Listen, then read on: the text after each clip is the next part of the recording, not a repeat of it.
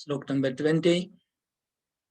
कामेस्ते स्ते हृतज्ञाना प्रपद्यन्ते अन्यदेवता तं तं नियमम् आस्थाय प्रकृत्या नियता स्वया।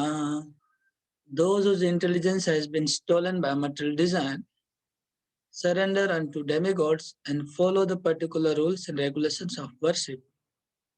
इस श्लोक में भगवान कहते हैं कि जिनकी बुद्धि अपहरण हो गई है, जिनकी बुद्धि को अपहरण कर लिया किसने? कामना वासनाओं ने, वो लोग दूसरे देवताओं की शरणागति करते हैं और उसके हिसाब से उन देवताओं का नियम से पूजा करते हैं, अपने स्वभाव को फॉलो करते हैं। अभी ये श्लोक का किस कॉन्टेक्स्ट में ये श्लोक आया, इस सेक्शन का हम डिस्कस करते हैं। पहले इस अध्याय में शुरू में भगवान ने ये एस्टैब्लिश किया श्लोक नंबर 1 से 7 में कि कृष्ण ही इस जगत के आधार हैं। दोनों शक्तियां, जड़ शक्ति और चेतन शक्ति कृष्ण से आई है और पूरा जगत दो शक्तियों से बना है, इसलिए कृष्ण सुप्रीम है, उनके ऊपर कुछ नहीं। ये एस्टैब्लिश किया 7 नंबर श्लोक तक। इसके बाद भगवान ने कृष्ण को हम कहाँ कहाँ कैसे कैसे देख सकते हैं वो बताया। पानी में, सूर्य में, चंद्र में, हवा में, आकाश में, सर्वत्र कृष्ण का कैसे अनुभव वो बताया गया। इसके बाद भगवान ने कहा कि पूरा जगत 3 गुणों से मोहित है और 3 गुणों से प्रभाव से वो लोग निकल नहीं पाते हैं, लेकिन मेरे मामेव प्रपद्यन्ते, मेरे शरणागत जो होंगे, प्रपद्यन्ते शरणागत होना, मामेव केवल मुझे, वो लोग माया को पार कर जाएंगे। ये 14 नंबर श्लोक तक हुआ। तो 7 से 14। अब भगवान ने कहा कि कौन भगवान को शरण में नहीं आते। प्रपद्यन्ते, कौन कौन? दुष्कृति, 4 प्रकार के दुष्कृति जो भगवान के शरण में नहीं आते। 4 प्रकार के सुकृति होते हैं, वो भगवान के पास आते हैं। ये हो गया। और उसमें से ज्ञानी श्रेष्ठ है। जो बाकी 3 है, आर्थ, जिज्ञासु और अर्थार्थी, ये जो 3 है, ये लोग भी मेरे पास आएंगे तो अच्छा होगा, उनका बहुत मंगल होगा और ये लोग मेरे पास आने से शुद्ध हो जाएंगे और शुद्ध भक्त बन जाएंगे। लेकिन ज्ञानी श्रेष्ठ के, ज्ञानी मेरे पास आने के बाद कभी वापस नहीं जाएगा, लेकिन ये जो 3 है, ये लोग वापस भी जा सकते हैं, उनकी इच्छा पूरी हो जाने के बाद वापस चले जा सकते हैं। अभी इस श्लोक में भगवान आरंभ करते हैं कि जो लोग भगवान के शरण में नहीं जाते वो लोग क्या करते हैं।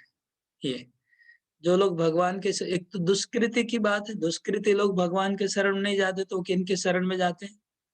और सुकृति वाले भी, जैसे आर्थ, जिज्ञासु, अर्थार्थी, ये हमेशा नेसेसरी नहीं कि भगवान के पास जाएंगे, वो लोग भी और कहीं जा सकते हैं। तो उसका बता रहे हैं कि जो दुष्कृति वाला है वो प्रपद्यन्ते अन्य देवता, वहां पर मामेव प्रपद्यन्ते, प्रपद्यन्ते मतलब शरणागत, तो मेरे शरणागत होते हैं, मेरे पास आते हैं। और यहाँ लिखा है प्रपद्यन्ते अन्य देवता, यहाँ भी प्रपद्यन्ते हैं, शरणागत होते हैं किसके पास?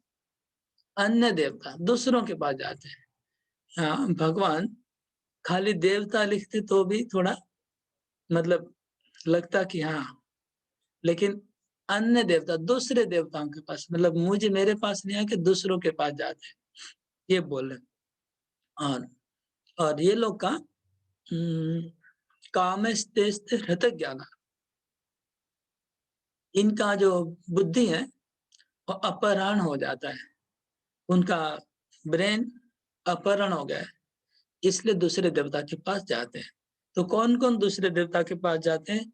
एक तो वो जो 4 प्रकार के लोग थे, मूढ़, नराधम, माया प्रतिज्ञान, आसुरम भावम आश्रिता, इनमें से कुछ लोग देवता के पास जाते हैं। जैसे हिरण्यकशिपु ब्रह्मा का पूजा किया, रावण ने शिव जी का पूजा किया, तो ये लोग भगवान को छोड़ के दूसरे को पकड़ना चाहते हैं कि इनको छोड़िए, दूसरा कोई है क्या अल्टरनेटिव, कि भगवान के पास शरणागत होंगे तो उनका उनका आसुरिक मेंटालिटी खत्म हो जाएगा और वो लोग वो में खत्म नहीं करना चाहते हैं, असुर बने रहना चाहते हैं। तो इसलिए प्रपद्यन्ते अन्य देवता। और कौन दूसरे देवता के पास जाते हैं? तो आर्त अर्थात जिज्ञासु ज्ञानी। इसमें ज्ञानी केवल देवता के पास नहीं जाएगा। इसलिए भगवान ने कहा कि वो मेरा बहुत प्रिय है, क्योंकि आस्थित सही युक्तात्मा मामेव अनुत्तमां गति। भगवान ने कहा वो मेरे मेरे को ही एकमात्र अपना गोल बना के रखा है, मेरे सिवा और किसी के पास जाता नहीं वो इसलिए भगवान बोलते मेरा प्रिय था। भगवान पिछले श्लोक को बताए। ये जो 3 है, आर्त, अर्थार्थी और जिज्ञासु, ये 3 भगवान के पास भी जा सकते हैं, देवता के पास भी जा सकते हैं, दोनों ऑप्शन इनके पास हैं। अपना दुःख को मिटाने के लिए देवता के पास जा सकते हैं, अपने जिज्ञासा को या अपने धन की प्राप्ति के लिए, कुछ चीज़ों की प्राप्ति के लिए देवता के पास भी जा सकते हैं और भगवान के पास भी जा सकते हैं। तो भगवान बोलते अगर मेरे पास आते तो वो उदारा सर्वे, जो लोग मेरे पास आते वो बहुत मंगलमय, कल्याणमय उनका जीवन है। इसलिए इस तात्पर्य में प्रभुपाद बिगिनिंग करते हैं, अकामो सर्व कामो वा मोक्ष काम उदारधि तीव्रेण भक्ति योगेन यजेत पुरुषम परम। ये श्लोक आप लोग याद कर सकते हैं, याद करना चाहिए वाला श्लोक जो तात्पर्य में कोट किया गया है, बहुत इंपॉर्टेंट श्लोक है। इसमें कहा गया है कि अगर किसी को बहुत कामना वासना है हृदय में अथवा कोई कामना वासना नहीं है, अथवा किसी को शुद्ध कामना है, शुद्ध कामना क्या है? भगवान को प्राप्त करना।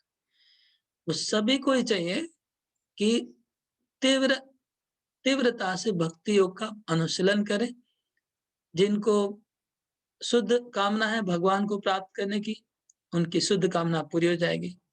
जिनको कोई कामना नहीं है, उनको भी भगवान के पास रहना चाहिए, उनका इच्छा पूरा होगा। और जो लोग को भौतिक कामना है, उनको भी भगवान के पास ही जाना चाहिए। ये भागवतम का श्लोक है। ऐसा करने से सबका मंगल होगा। लेकिन बहुत लोग जो लोग जिनके हृदय में कामना वासना है, वो भगवान के पास नहीं जाते, नहीं जाके देवता के पास जाते हैं, दूसरे देवता। क्यों? उनको लगता है कि भगवान दे भी सकते हैं, नहीं भी दे सकते हैं। वो विचार करेंगे कि हमारे लिए कल्याणकारी है कि नहीं, तभी सोच के भगवान देंगे। लेकिन देवता लोग मांगेंगे तो विचार किए बिना दे देंगे। इसलिए वो सोचते हैं कि हमको अभी इतना डिटरमाइंड है कुछ प्राप्त करने के लिए, तो उनके पास ही जाएंगे। जैसे फॉर एग्जाम्पल, अगर एक बेटा अपने पिताजी से कुछ ऐसा चीज मांगता है जो उसके बेटे के लिए कल्याणकारी नहीं है, तो वो पिताजी के पास नहीं जाएगा, कतराता है मांगने के लिए। फिर ऐसा दूसरा कोई रास्ता ढूंढता है कि वहां पर उनको शॉर्ट एंड श्योर मतलब मिल जाए, जरूर मिल जाए। तो ऐसा जल्दी भी हो जाएगा, शॉर्ट एंड श्योर कन्फर्मली मिल जाएगा। तो वो है देवता का शरणागति। ओके, तो ये इस श्लोक का तात्पर्य था।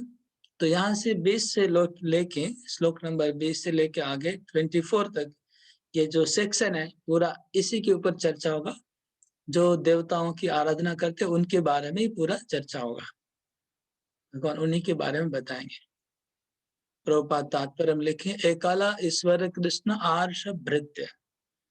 कृष्ण ही एकमात्र ईश्वर है, भगवान है, बाकी सब उनके दास दासी है। देवता लोग भी भगवान के दास ही है। ओके, श्लोक नंबर 21। यो यो याम तनुम भक्ता श्रद्धयार्चितुमिच्छति तस्य तस्याचलां श्रद्धां तामेव विदधाम्यहम्। I am in everyone's heart as the super soul. As soon as one desires to worship some demigod, I make his faith steady so that he can devote himself to that particular deity. तो भगवान कहते पिछले श्लोक में कि जिनका कामना वासनाओं से हृदय बुद्धि अपहरण हो गया, वो अन्य देवताओं के पास जाते हैं। और अन्य देवताओं की उपासना करते हैं। इस श्लोक में भगवान कहते हैं जब किसी भक्त का मन बहुत कामना वासनाओं से पीड़ित हो जाता है और वो कोई पर्टिकुलर देवता की तरफ देखता है कि मुझे इस देवता की पूजा करने से मेरी इच्छा पूरी होगी, भगवान तो पूरी करेंगे नहीं, ये देवता मेरी इच्छा पूरी करेंगे। तो भगवान ही उस जीव के हृदय में उस देवता के प्रति श्रद्धा उत्पन्न करते हैं। भगवान बोल रहे हैं, यो यो याम याम तनुम भक्त, यो यो मतलब जो भक्त, और याम याम जिस जिस देवता की, जो भक्त जिस जिस देवता की पूजा करना चाहता है, यो यो याम याम तनुम भक्त श्रद्धया अर्चितुम इच्छति, जो भक्त जिस जिस देवता की श्रद्धा से अर्चना करना की इच्छा करता है, उसको तस्य तस्य अचलाम श्रद्धाम तामेव विद्याम, उसकी उसकी उस देवता में मैं श्रद्धा उत्पन्न कर देता हूँ।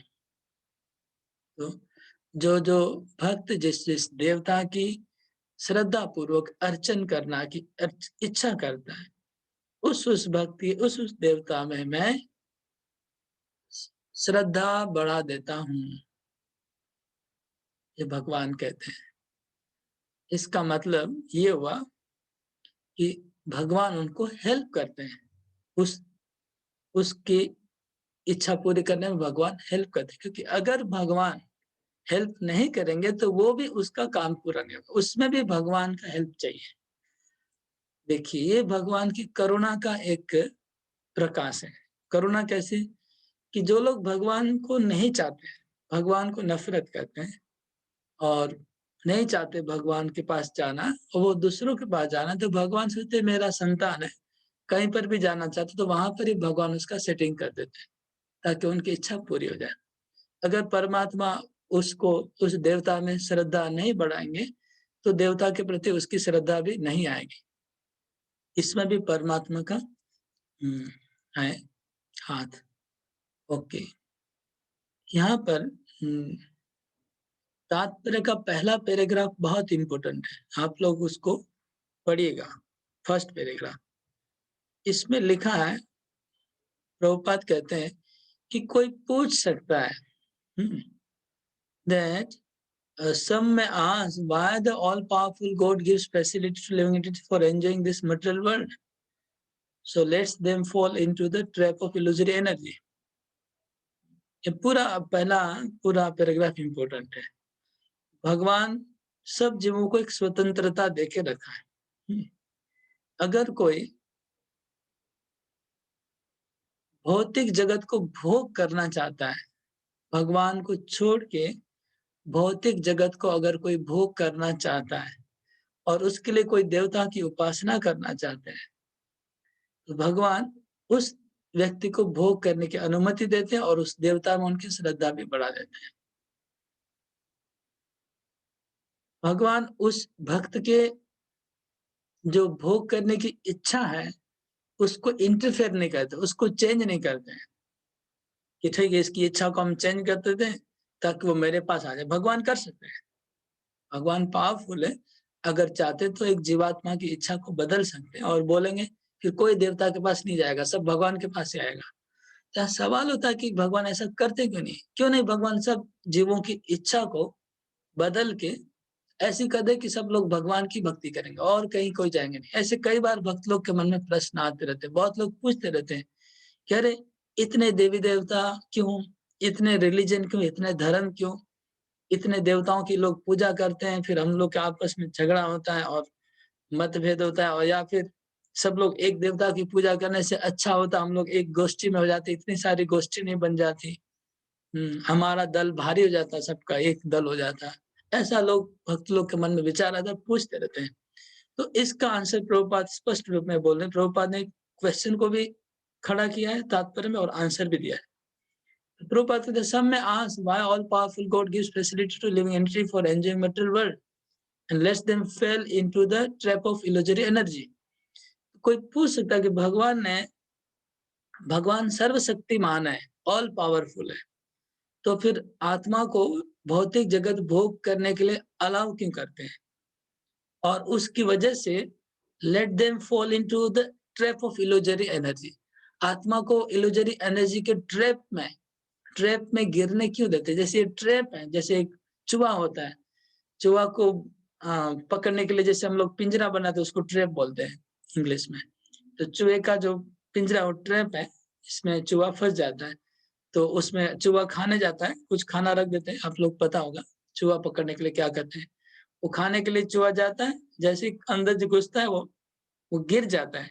वो बचपन में हम लोग बहुत उसको मतलब बहुत देख के बहुत ये लगता था, क्या मतलब बहुत कितना एक बुद्धि का मतलब वो साइंटिफिक एक बना हुआ है ये चूहे का ट्रैप।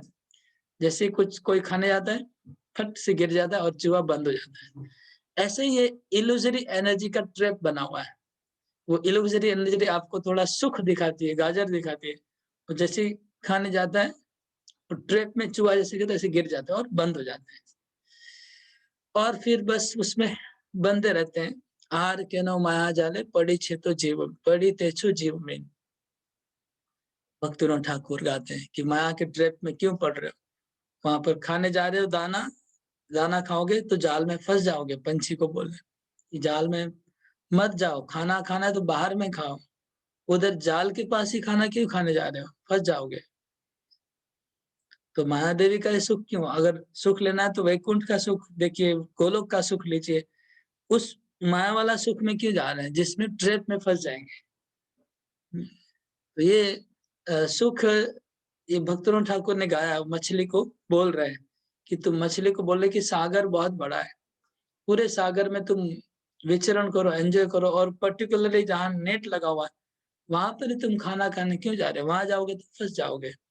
तो इसी तरह वैकुंठ और गोलोक बहुत बड़ा है, वहां पर बहुत एंजॉयमेंट है। उसको छोड़ के माया वाले एरिया में ही सुख को ढूंढने जा रहे, तुम वहां ट्रैप में फंस जाओगे, तो फंस जाओगे, फिर निकल नहीं पाओगे। एक बार फंसने से बहुत चिरकाल तक फंसे रहोगे, इसलिए वहां मत जाओ, फंस जाओगे। ऐसे बहुत सुंदर भजन है। यहाँ पर प्रभुपाद उसी को बता रहे हैं कि fall into trap of illusory energy. Illusory energy के ट्रैप में फंस जाएंगे तो भगवान क्यों वो बुद्धि नहीं देते जीवात्मा को ताकि वो फंसे नहीं? क्यों भगवान उनकी इच्छा को चेंज नहीं कर देते हैं? The answer is that the supreme Lord as super soul does not give such facilities, then there is no meaning to independence.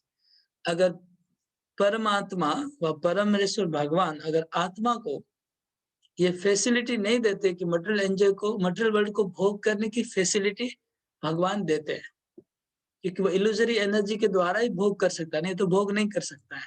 इसलिए इल्यूजरी एनर्जी के ट्रैप में आना जरूरी है आत्मा को, इसको भोग करने के लिए, इस जगत को।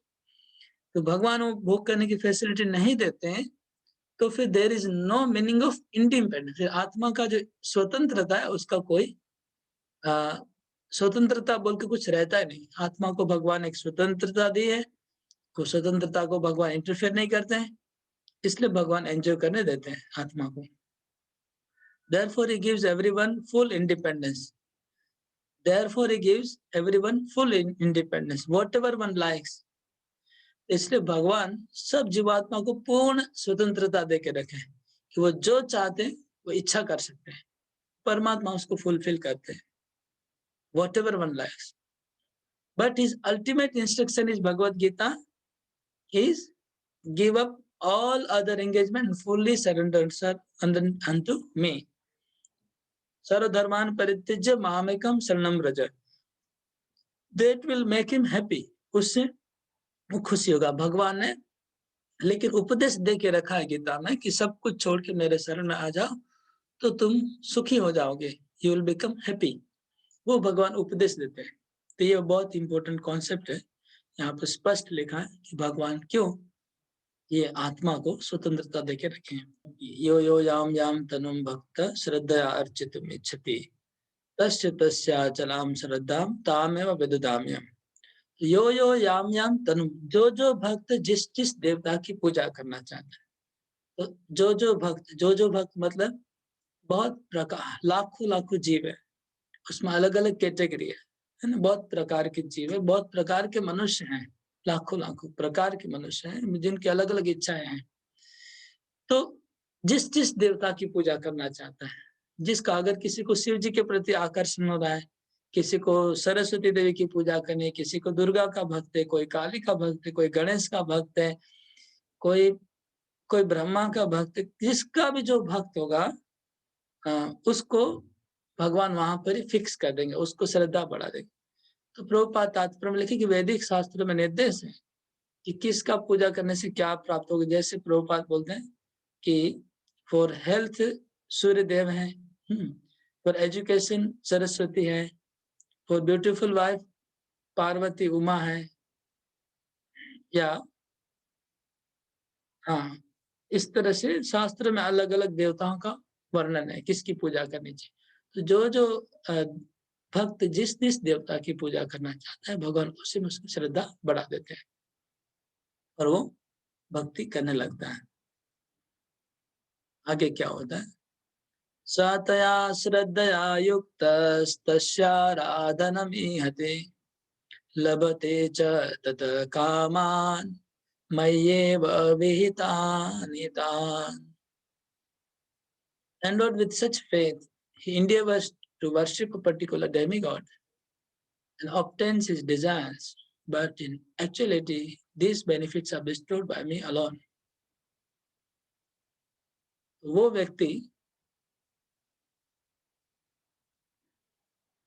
व्यक्ति उस देवता का सतया श्रद्धया युक्त तस्य आराधनम इहते।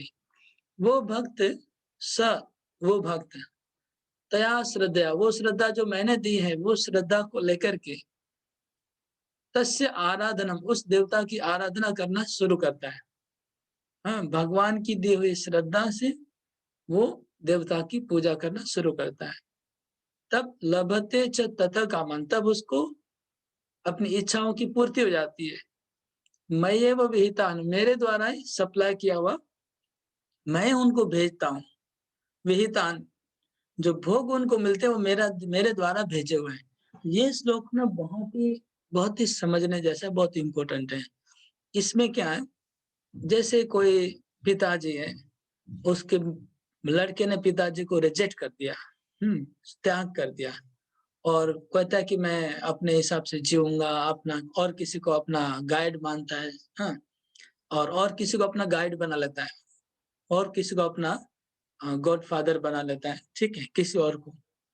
तो ऐसे व्यक्ति को, अपना पुत्र को पिताजी क्या करते हैं, उस व्यक्ति को वो प्राइवेटली बोल देंगे कि मेरा लड़का है, तुम थोड़ा उसको देखना, ठीक है, और लड़के को भी उसको पैसा-वैसा जो भी है दे देंगे, उस आदमी को खुशी करने के लिए, ठीक है। दोनों तरफ उसका पिताजी सेटिंग कर देगा। तो उनका क्योंकि इंटेंशन है अपना पुत्र कहाँ भी रहे, खुश रहे। यहाँ पर क्या हो रहा है, भगवान बोल रहे हैं कि अगर वो मेरे पास नहीं आना चाहे, किसी और देवता के पास जाना चाहता है, जैसे कोई शिव जी के पास जाना चाहता है, तो भगवान शिव जी के पास जाने के लिए तो उसको शिव जी के प्रति श्रद्धा चाहिए।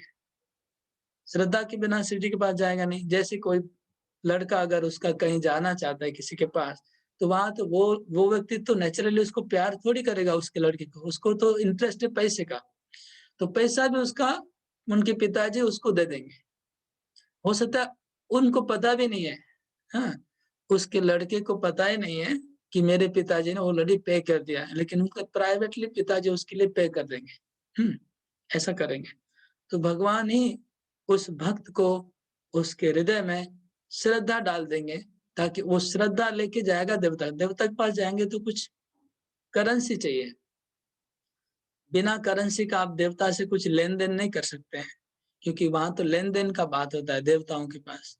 वो करेंसी क्या है? श्रद्धा चाहिए, श्रद्धा चाहिए, वो श्रद्धा भगवान देंगे।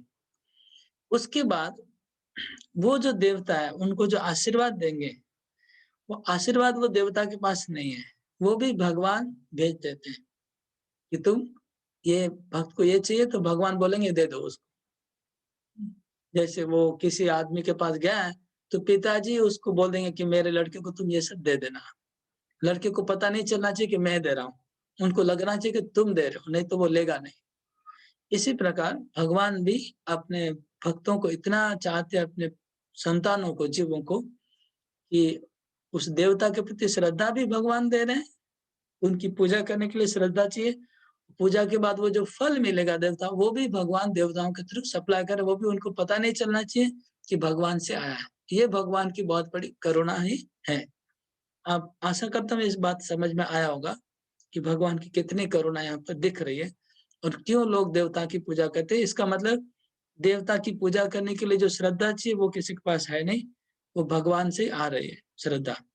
दूसरा, देवता जो उनको कुछ भी दे रहे हैं, वो देवताओं के पास है नहीं कुछ देने का, वो चीज़ भी भगवान से आ रहा है।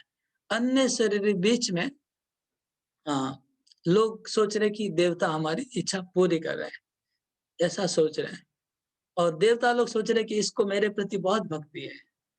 अब देवता सोच रहा है कि ये मेरा बहुत बड़ा भक्त है, लेकिन वो देवता का बड़ा भक्त नहीं है। देवता के प्रति उसकी श्रद्धा नहीं, वो श्रद्धा भगवान ने दी है, ठीक है?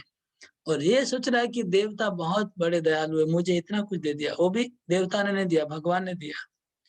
तो क्या हुआ अल्टीमेटली कि हम अल्टीमेटली अ, भगवान से ही हम सब कुछ ले रहे हैं। भले हम देवताओं की पूजा कर रहे हैं, आ रहा है भगवान से ही अल्टीमेटली।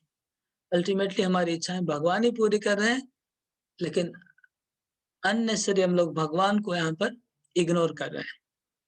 भगवान का जो क्रेडिट उसको इग्नोर कर रहे हैं, उसको हम कि भगवान जो हमको पहुँचा रहे हैं, भगवान हमको सेवा दे रहे हैं, उसको हम पहचान नहीं पा रहे भगवान को। हाँ, पहचान नहीं पा रहे। यस, अब हम नहीं पहचान पा रहे कि भगवान ही हमारे एक्चुअली सप्लायर हैं।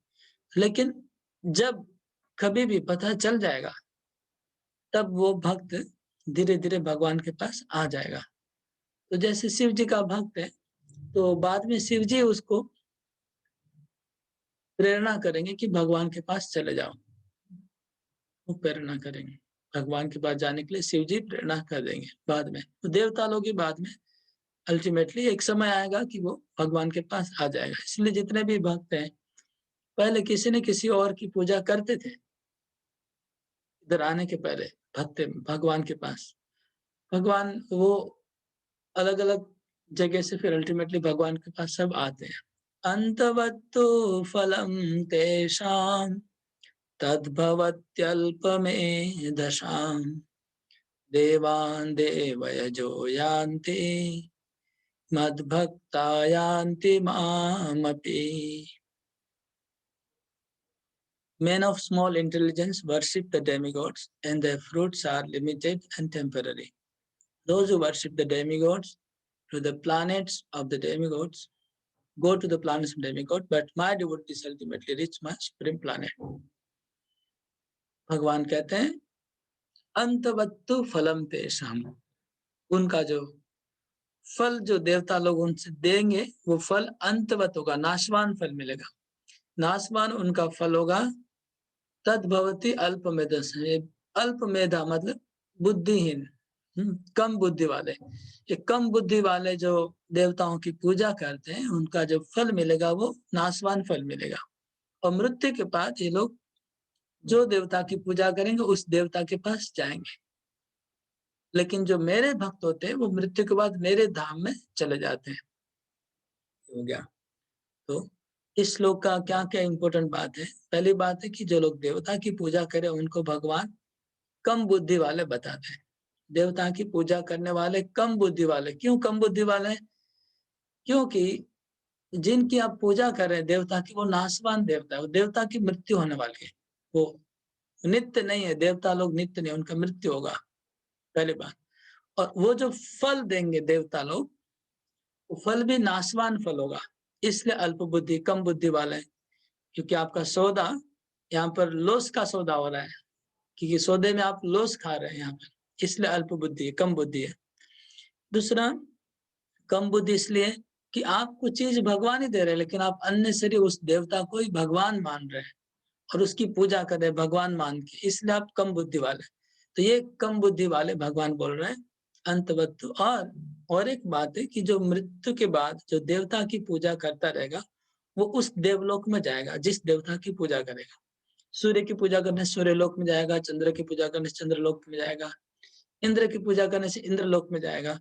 लेकिन ये सब लोक में नाशवान है, प्रलय के बाद सब लोकों का नाश हो जाएगा। लेकिन जो कृष्ण बोलते जो मेरी भक्ति करेंगे वो मेरे धाम आ जाएंगे। इसका मतलब अगर कोई भौतिक इच्छा के द्वारा भी भगवान की भक्ति करेगा, भगवान से अगर मांगेगा सब कुछ, तो उसका वो बुद्धिमान है, वो मूर्ख नहीं है, वो इंटेलिजेंट है। भगवान उसकी इच्छाओं को पूरी भी करेंगे, फिर उसको बाद में शुद्ध भक्त बना देंगे, फिर वो अल्टीमेटली भगवान के धाम जाएगा। तो ये श्लोक का तात्पर्य है।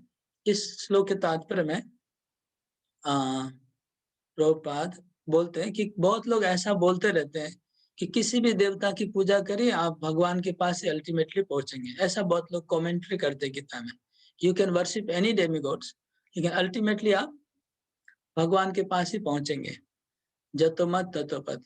लेकिन ये बात गलत है। यहाँ पर स्पष्ट लिखा है कि आप जो देवता की पूजा करेंगे इसी देवता के पास ही जाएंगे, भगवान के पास नहीं जाएंगे।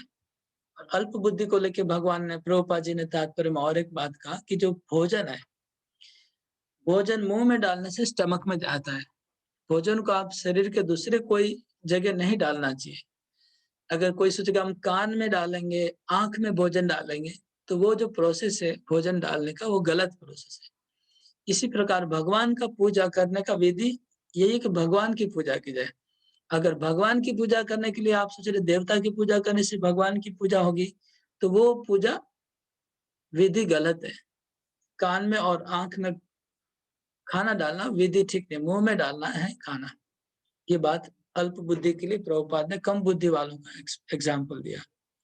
फिर प्रभुपाद कहते हैं कि तात्पर्य में कि सब देवता लोग भगवान के अंश हैं और सब जीव भी भगवान के अंश है।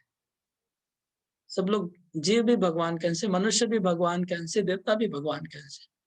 और भागवत में लिखा कि ब्राह्मण लोग भगवान के हेड हैं, क्षत्रिय भगवान के हाथ है, वैश्य भगवान के पेट है, शूद्र भगवान के पांव है। तो सब जीव भी भगवान के अंश हैं, देवता भी भगवान के अंश है, तो सब मनुष्य भी भगवान के अंश हैं। ये बात लिखा है। ओके, तो ये देवताओं का सेक्शन हुआ यहाँ तक। इसको अच्छे से स्टडी करना चाहिए। देवताओं का सेक्शन गीता में हमको 3 जगह मिलता है। 3 जगह हम लोग ने देवताओं के बारे में चर्चा की। एक तीसरे अध्याय में बहुत लंबा, वहां पर देवताओं का पूजा करने की नेसेसिटी के ऊपर ज्यादा जोर दिया गया है। श्लोक नंबर 10, 11, 12, 13, 14, 15 ये सब श्लोकों में। और फिर हमको ये 7वां अध्याय में मिला, ये श्लोक नंबर 20, 21, 22, 23 एकदम डिटेल। इसके बाद और एक आएगा 9वें अध्याय में, 3 जगह देवताओं का सेक्शन है।